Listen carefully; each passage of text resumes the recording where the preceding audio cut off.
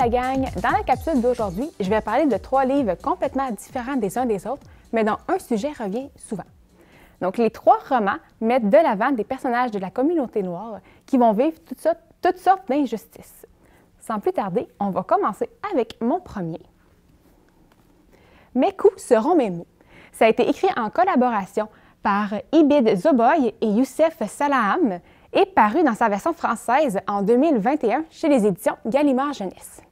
Amal Saïd, 16 ans, se voit accusé injustement de coups et blessures avec circonstances aggravantes. Un jeune garçon, blanc, avec un avenir très prometteur, s'est retrouvé dans le coma à la suite d'une altercation avec Amal et sa gang d'amis, qui, eux, sont tous noirs. Bien qu'Amal ait effectivement donné le premier coup, il n'a rien fait de plus sauf être au mauvais endroit au mauvais moment.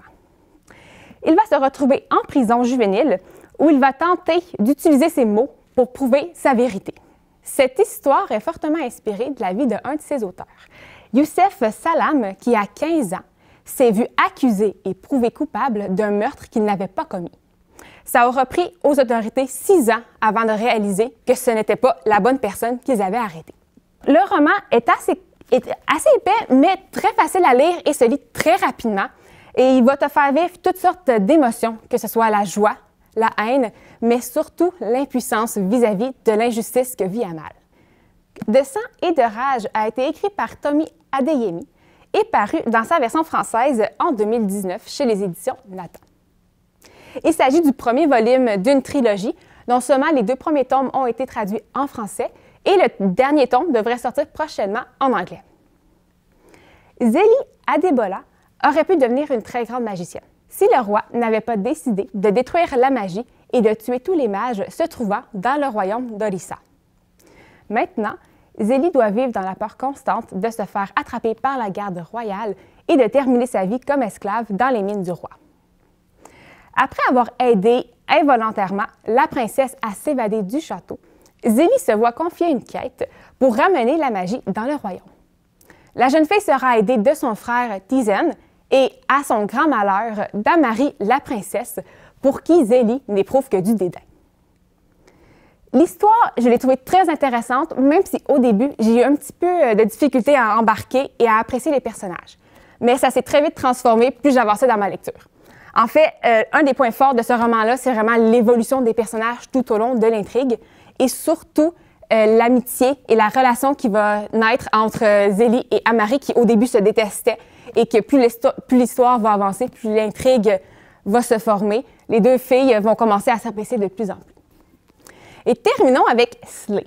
Ça a été écrit par Brittany Morris et paru chez les éditions Young Novel en version française en 2022. Kiera Johnson est la créatrice et développeuse du jeu Slay, un RPG en réalité virtuelle conçu spécialement pour les gens de la communauté noire. Tous les gens de son entourage ne sont pas au courant que c'est Kiera qui est derrière ce jeu et la jeune fille tente de garder ce secret le plus longtemps possible. Cette décision va être renforcée lorsqu'un jeune garçon de Kansas City va se faire assassiner à la suite d'un conflit qui aura commencé dans Slay. Le jeu sera automatiquement catalogué comme violent et raciste, avec un penchant discriminant et anti-blanc. En fait, les Blancs vont être prêts à tout pour trouver qui est derrière ce jeu pour amener cette personne en justice. Le livre met en scène une jeune fille noire qui va tenter de trouver sa place dans un monde de Blancs. La seule place où elle va se sentir elle-même, ça va être dans le monde de Slay, où elle va être entourée des gens de sa communauté qui comprennent ce qu'elle vit. Le livre montre vraiment l'incompréhension des Blancs vis-à-vis des situations que peut vivre la communauté noire et des injustices que cette communauté peut vivre. Et c'est très bien représenté avec les amis de Kiera, qui eux sont blancs majoritairement et qui ne comprennent pas ce qu'elle vit. Et même s'ils tentent de vouloir l'aider, ils en sont incapables. Donc c'est vraiment à lire absolument.